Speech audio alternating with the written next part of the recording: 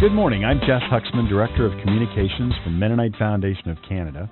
And for the next few minutes, we'd like to spotlight one of the organizations that some of our clients choose to support here in the Waterloo region. Joining me is Dan Dreger, who is Executive Director with Menno Homes. Welcome, Dan. Thank you. Glad to have you with us. For folks maybe who aren't familiar with Menno Homes, can you tell us a little bit about what your organization does for the community? Sure. We provide affordable rental housing throughout Waterloo region. And so affordable for us means rents that range from 60 to 80% of the average market rent, and that makes housing accessible and affordable for low-income households throughout Waterloo region. We were originally started in 2001, and since that time have actually helped contribute 105 affordable rental units to the region in Elmira and Wellesley and throughout KW. We supply housing for seniors, for families, for single people. We actually have one house that's dedicated to refugee families. So it's a wide variety of housing throughout the region. So, I mean, there are a number of housing providers in the community, which is great. What differentiates Menno Homes from some of the others? Yeah, people often ask me what's the difference between us and Habitat for Humanity, for example, because they have good name recognition and we're a fairly small nonprofit. The major difference would be that Habitat is around home ownership for families.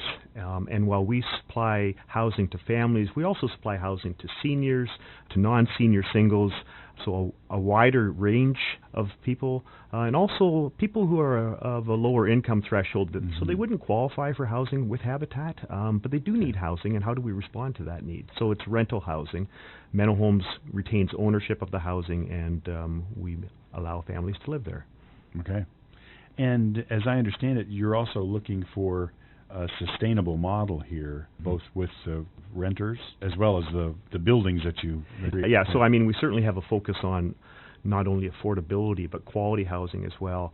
And the way our model works actually is that we do fundraising up front so that we can drive down the mortgage that the rent will have to carry.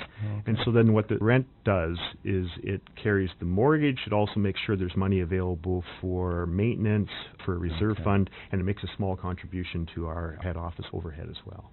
So how big is this problem of affordable housing in the region? Unfortunately, it's a persistent, ongoing problem in Waterloo region. When we first got started in 2001, there were approximately 3,000 households on the waiting list for affordable housing in the region. There are still approximately 3,000 households on the waiting list for housing in Waterloo region. And by households, that could be a single person, that could be a senior, it could be a family. It's significant. The vacancy rate right now is around 2.6%, 2.3%. 3% is considered a level market, right? So once you get below 3%, then housing starts to become scarce, rents go up, and that really squeezes those households who are on fixed incomes or low income. So we need more units? Absolutely, we need more units, and that's what we do. We build more units. And although that level of 3,000 has been consistent over the years, I guess you just look at it and say, well, if we hadn't been doing anything, what would that number look like, right? So we have to respond. Yeah. Typically, what are we talking about in terms of wait times for people? How long do I have to wait to get into a unit in the community? Now, that depends, I guess, on what your household looks like. So if you're a senior, chances are you're waiting over 2 years for housing. And while that may seem like a long time, for somebody who would classify as a non-senior single, so somebody between 18 and 55 or 60 in that range, they're actually waiting up to 6 years for housing in Waterloo region. We're looking at a project right now in Elmira, and it's going to be a 3-story, 25-unit apartment building with a mix of 1, 2, and 3-bedroom units. It'll actually be the only affordable housing unit in Elmira that has an elevator. So there's huge demand for that, not only because of the affordability, but also because of the access to an elevator. And I had a young man approach me because his father was in need of housing. His father was just in his mid to late 50s, so he didn't qualify for seniors housing, and yet because of mobility issues, he also needed housing that didn't have stairs. Our building isn't available to him yet, and so he's been forced to move into housing that, quite frankly, isn't suitable for him. But in order to stay in his home community, that's what he's had to do. Well, there's certainly a need there. Now, your organization is called Menno Homes. Would it be safe to assume that you only provide housing for Mennonite? That would not be safe to assume. We provide housing to everybody. We use the Region of Waterloo's waitlist criteria, so there's an income test to move in depending on how many units you want, and people have to meet that test. The name is a bit of a footnote, I guess. It's a bit of a legacy issue that came out of the original Mennonite churches that combined or collaborated with Mennonite Central Committee to form Menno Homes. We still have it, and we still have to explain it every time we're talking to somebody. We serve everyone, and we welcome everyone to join us and to participate with us in responding to the need for affordable housing. So if I wanted to learn a little more about Menno Homes, is there information on a website? Yep. So our website would be www.mennohomes.com. And if people go to that, we have links there to some of the more popular social media sites, so Twitter, Facebook. Those would be where when there's current news, or even not just news about ourselves, we try to post things that are relevant about housing or just in general around low-income household. That's what the social media is for. Yeah.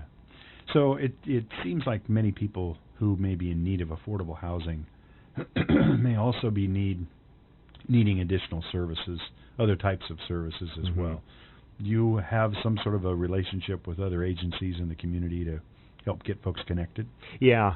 We can't solve issues around housing or the needs of low-income families by ourselves. A couple of our main social agencies that we've partnered with would be Horizon and Woolwich Community Services in the townships, and we work closely with them out there. In the KW area, we actually have a social worker who is on our staff who works with the tenants directly.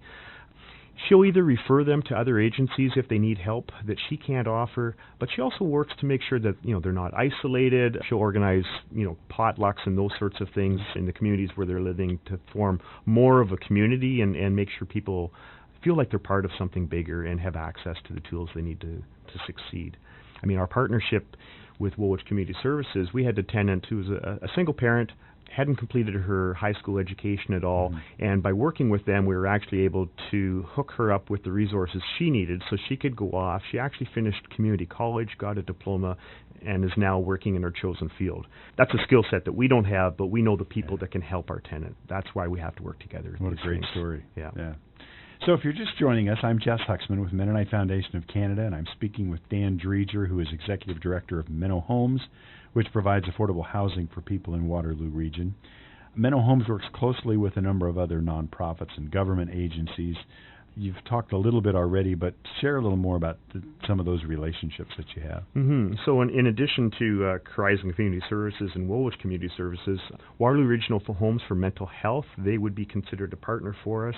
We actually, in Wellesley, had a building there that because of local bylaws, we had to put a little bit of commercial space out the front. We weren't sure what we were going to do with that.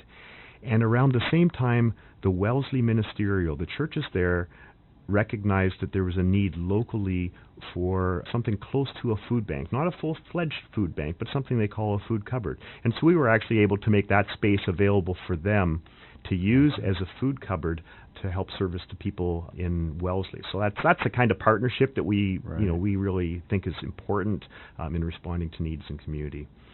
We also work closely with government. So, I mean, the region of Waterloo is heavily invested in affordable housing, and by partnering with them over the years, we've been able to access some of the federal and provincial funds that are available for new housing construction.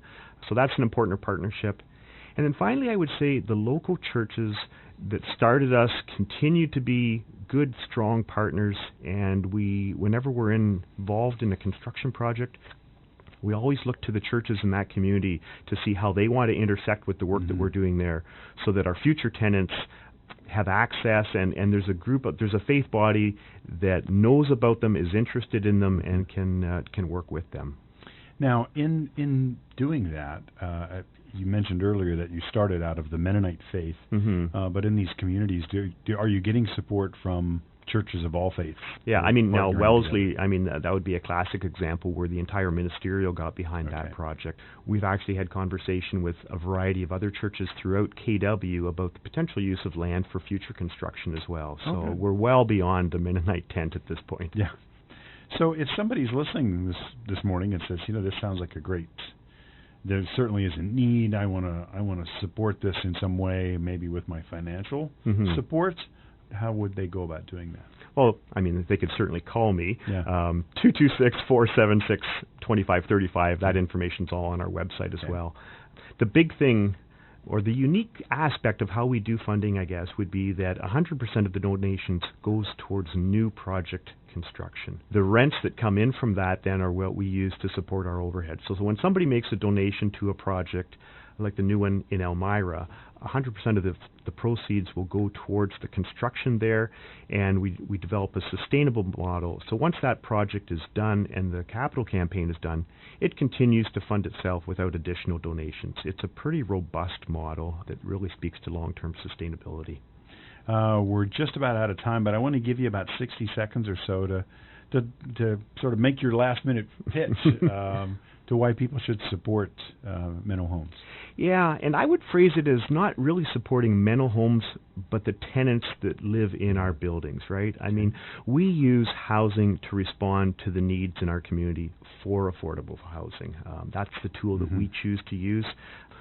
When I look at the school, I say, hey, we have 70 kids in school right now that are able to succeed better in school because their parents aren't stressed out around financial situation and they have stable housing. We're local, we're faith-based, and we have a sustainable model, and I think those are all things that combine for long-term success. Very good. Dan, thanks so much for joining us. Dan is with Menno Homes, which is one of many of the nonprofit organizations supported by clients of Mennonite Foundation of Canada. If you'd like to learn more about MFC and our services, you can visit our website at mennofoundation.ca or call 1-800-772-3257.